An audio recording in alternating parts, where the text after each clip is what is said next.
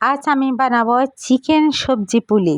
সেজন্য আমার এখানে গ্রেট করা আলু লেগেছে, কাঁকরোল লেগেছে, গাজর লেগেছে, ছোট করে কাটা বরবটি লেগেছে, কাঁচামরিচ, তারপর পেঁয়াজ রসুন আমি বেরেস্তা করে নেওয়ার পর লবণ দিয়েছি। তারপর আমি আধা কাপ মতো চিকেন ব্লেন্ড করে রাখা এটা দিয়ে দিলাম।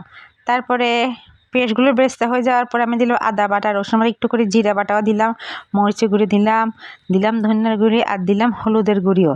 এগুলো দিয়ে ভালো করে অল্প পানি দিয়ে মিশিয়ে নিলাম। মিশিয়ে নেওয়ার পরে ভালো করে একটু পানি দিয়ে একটু আমি কষিয়ে নিলাম। কষা হয়ে গেলে তারপর আমি দিয়ে দিলাম সবজি, আলু, গাজর, কাঁচামরিচ। এগুলো আমি আগে দিয়ে সিদ্ধ করে নিলাম। তারপরে দিয়ে দিলাম বরবটিগুলো যখন সিদ্ধ হয়ে আসছে একটু, তারপরে দিলাম আমি গ্রেট করে রাখা কাঁকরোল।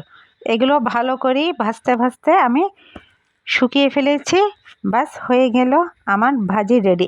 এরপরে আমি কিছু চাল কুমড়া পাতা ভালো করে ধুয়ে ওই পাতার মধ্যে আমি ভাজিটা দিয়ে ভালো করে বটে নিয়েছি, যাতে কোনো অবস্থায় চুলায় দিলে খুলে না যায়। তারপরে একটি ফ্রাই প্যানে আমি তেল গরম হয়ে যাওয়ার পরে দিয়ে দিলাম আমি পুলিটা, ভাজ করে রাখা পুলিটা আমি দিয়ে দিলাম।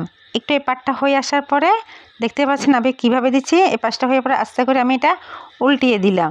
উল্টিয়ে দেওয়ার পরে দেখতে পাচ্ছেন কীভাবে উল্টাচ্ছে, এভাবে দিলাম যাতে কোনো অবস্থায় আবার ভাজটা ছুটে না যায়।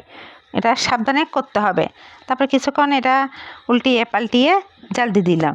প্রথমে একটু কষ্ট হয়, ভাজটা সেটিং হয়ে আসতে চুলায় দিলে খুলে যেতেছে, একটু চেপে দিলে খুন্তি দিয়ে, তাহলে ওই সমস্যাটা আর থাকে না। ব্যাস হয়ে গেল আমার চিকেন সবজি পুলি।